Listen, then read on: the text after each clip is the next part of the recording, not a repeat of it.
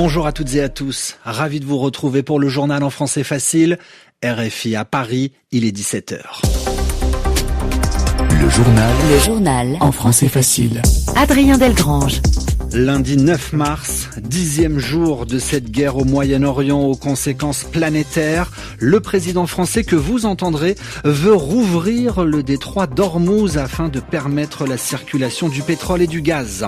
À Téhéran, à l'heure actuelle, malgré les bombardements, des milliers d'Iraniens sont réunis pour soutenir le nouveau guide suprême, Mojtaba Khamenei. Le Liban, lourdement frappé par Israël, le président libanais Joseph Aoun appelle à des négociations directes avec Israël pour arrêter la guerre. Et puis enfin, cette guerre a aussi des répercussions, y compris sur les grands rendez-vous sportifs internationaux, comme le prochain mondial de football, nous explique dans un instant Cédric de Oliveira. Voilà pour les titres, soyez les bienvenus. RFI. Le président français au plus près de la guerre au Moyen-Orient. Emmanuel Macron s'est rendu aujourd'hui à Chypre, territoire européen situé à environ 220 km au large du Liban. Chypre a été touché par une attaque de drones iraniens la semaine dernière. Lorsque Chypre est attaquée, c'est l'Europe qui est attaquée, a déclaré il y a quelques instants le président français. Il était sur une base militaire à Chypre. Déclaration en présence du président chypriote et du Premier ministre grec. Emmanuel Macron a aussi confirmé un important déploiement militaire français en mer Méditerranée avec notamment l'arrivée sur zone du porte-avions Charles de Gaulle. Il a également évoqué une mission spécifique à venir, mission stratégique dans le détroit d'Ormuz, là où transite habituellement une grande partie du pétrole mondial. Nous sommes en train de mettre en place une mission purement défensive, purement d'accompagnement, qui doit se préparer avec des États européens et non européens et qui a vocation à permettre, dès que cela sera possible, après la sortie de la phase la plus chaude du conflit, l'escorte de porte-conteneurs et de tankers pour réouvrir progressivement le détroit d'Ormuz, ce qui est essentiel au commerce international, mais également à la circulation du gaz et du pétrole qui doivent pouvoir sortir à nouveau de cette région. Nous préparons cette mission, elle est essentielle à nos économies et notre économie mondiale. Emmanuel Macron ce midi à Chypre, propos recueillis par notre envoyé spécial Valérie Gasse. Le président français s'est depuis rendu à bord du porte-avions Charles de Gaulle. Le bâtiment se trouve actuellement au large de la Crète. Une des conséquences de cette guerre, le prix du pétrole qui s'envole. L'un des premiers pays de l'Union européenne à limiter l'augmentation fulgurante des prix à la pompe, la Croatie. Le Premier ministre croate vient d'annoncer un plafonnement des prix de l'essence et du gazole sans en connaître le montant qui devrait être annoncé demain. Pendant ce temps-là, en France, le prix du litre de gazole vient de dépasser les 2 € selon une moyenne calculée sur environ 10 000 stations essence en France métropolitaine. C'est du jamais vu depuis l'été 2022. Alors pendant cette guerre, parmi les cibles visées, souvent des lieux stratégiques. Bahreïn accuse notamment l'Iran d'avoir endommagé le week-end dernier une usine de dessalement de l'eau de mer. Usine très importante qui permet de rendre l'eau de mer potable et donc buvable. Jusqu'à présent, ces usines ont été épargnées par le conflit. Simon Rosé, bonjour. Bonjour. Ces installations sont vitales pour de nombreux habitants de la région. Oui, les menaces sur les usines de dessalement des pays du Golfe ne sont pas nouvelles.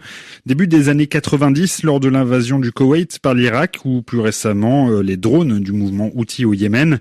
Et pour cause, ces installations sont particulièrement sensibles, particulièrement importantes. Les pays désertiques de la péninsule arabique concentrent près des 2/3 des capacités mondiales de dessalement de l'eau, dont dépendent d'une centaine de millions de personnes pour leur approvisionnement. 93% de l'eau douce du Koweït provient de ces usines. C'est presque la moitié au Qatar et aux Émirats arabes unis. Plus de la moitié de l'eau consommée par les 34 millions de Saoudiens. et de l'eau de mer dessalée. Jusqu'à présent, l'Iran ne s'est pas attaqué frontalement à ces usines. S'en prendre à l'accès à l'eau constituerait une atteinte grave aux droits humains. Quant à ces vulnérabilités, Téhéran est paradoxalement moins exposé. Malgré une sécheresse historique qui touche le pays depuis des mois, l'Iran ne dispose que de très peu d'usines de dessalement se reposant sur des barrages ou des puits, aujourd'hui tous presque à sec. Merci beaucoup Simon Rosé dans votre journal en français facile. Ce n'est pas notre guerre, le cri du cœur de nombreux Libanais. Le sud Liban et Beyrouth, sa capitale, lourdement bombardée ces derniers jours par Israël. Joseph Aoun, le président libanais, appelle à des négociations directes avec Israël pour tenter de mettre un terme à cette guerre.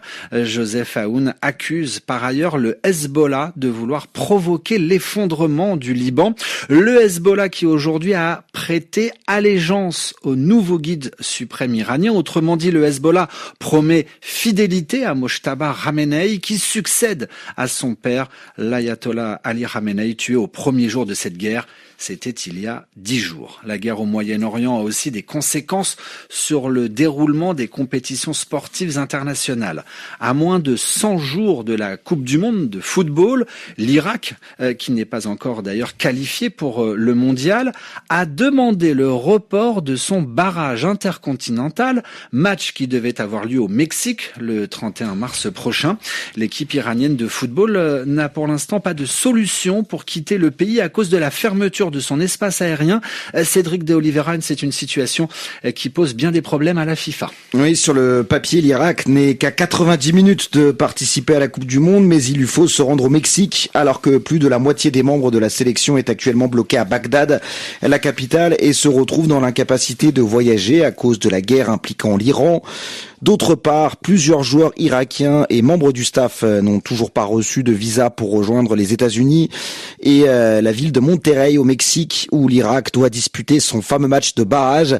La FIFA a proposé à la sélection irakienne d'effectuer un voyage de 25 heures par la route pour rejoindre la Turquie avant de décoller pour le Mexique.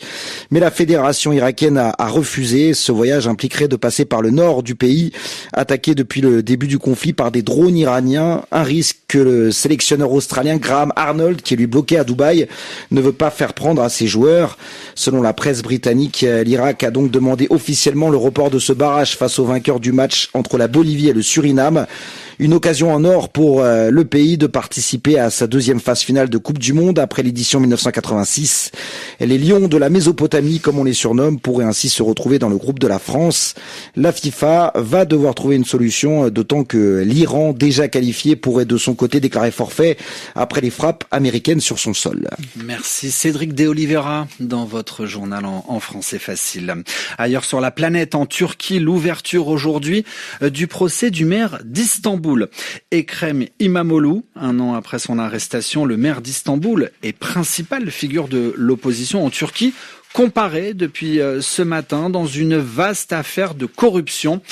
Une manœuvre perçue par son camp comme une tentative d'empêcher Ekrem İmamoğlu de défier, de se présenter face au président Recep Tayyip Erdogan lors de la prochaine élection présidentielle. Dans l'actualité européenne, en Belgique, une explosion devant une synagogue à Liège.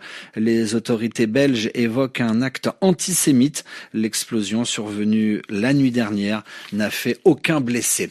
Dans l'actualité française, l'ancien président Nicolas Sarkozy devra purger sa peine de 6 mois de prison ferme dans l'affaire Big Malion, affaire de financement illégal de campagne électorale.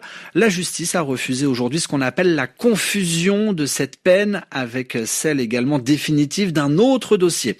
L'ex-chef d'État peut encore faire appel de cette décision.